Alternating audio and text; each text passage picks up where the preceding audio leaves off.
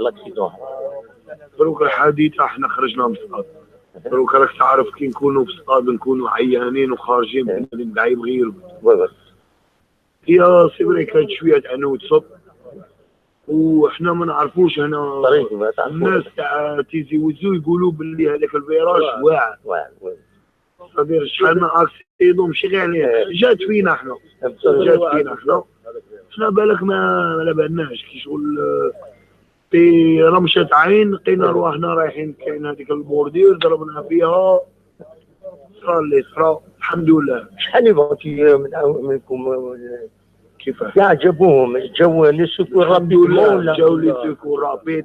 ما حنا كنا رابيد حنا خرجنا صحابنا. انا واحد من الناس اللي راني نهضر معاك خرجت زوج صحابي واحد كان تحت البوله تاع الطويوطا خرجته كان واحد اخر ثاني حاصل ما بين كراسه خرجته واللي كان حاصل ما بين كراسه الحمد لله راه برا معانا.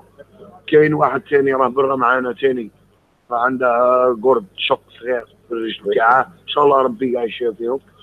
وكاين وحدين راهم باش نقولوا حاله خطيره عنهم يطلبوا عمليه جراحيه سيطادير يلاقي يقعدوا. شحال فيهم؟ زوج هذا مكان. وكاين 4 راهم في لي سوان في لي راديو وكل شيء دوك خرجوا زوج والحمد لله. والناس لي باج بعض لي باج ما على باليش المواقع التواصل الاجتماعي تقول باللي كاين فيها موتى واحد يقول زوج واحد يقول 3 واحد يقول 8. انا نديها من عندي ومن عند كاع الناس الحمد لله. صحابي انا دخلت عندهم وشفتهم بالواحد وهدرت معاهم بالواحد كاع راهم يهضروا وكاع لاباس. قلت لك كاين زوج يطلبوا عمليه جراحيه وواحد راه تحت المعاينه عنده سكانر صدير يا اسكو يديروا له اوبيراسيون صدير يولوا 3. دروك نورمالمون انا دي حاجه اللي هكذا الحمد لله ما عندناش وفيات ونص اللي كانوا في الطوطه فايت النص الحمد لله. عندنا 10 تاع الاصابات زوج قلت لك ماشي حاله خطيره وماشي كوما.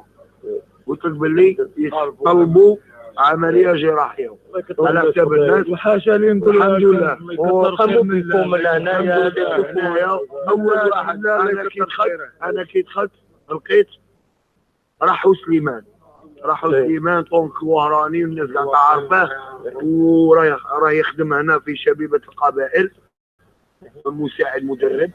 جا هو الاول هنايا وجا الملال رئيس كاع لي زوتوريتي تاع الجهات الوالي ما على باليش حنا ما نعرفوش هنا الوجود شكون هذا شاف دايره ولا المدير ولا المدير تاع القبيله الله يكثر خيرهم ناس يزوجوا كاع سوا مناصرين سوا هادو اللي يسكنوا حدا الحي سوا اللي سمعوا كاع جاو عندنا نشكروهم حنا ثاني نشكروهم ونقولوا لهم الله يحفظكم.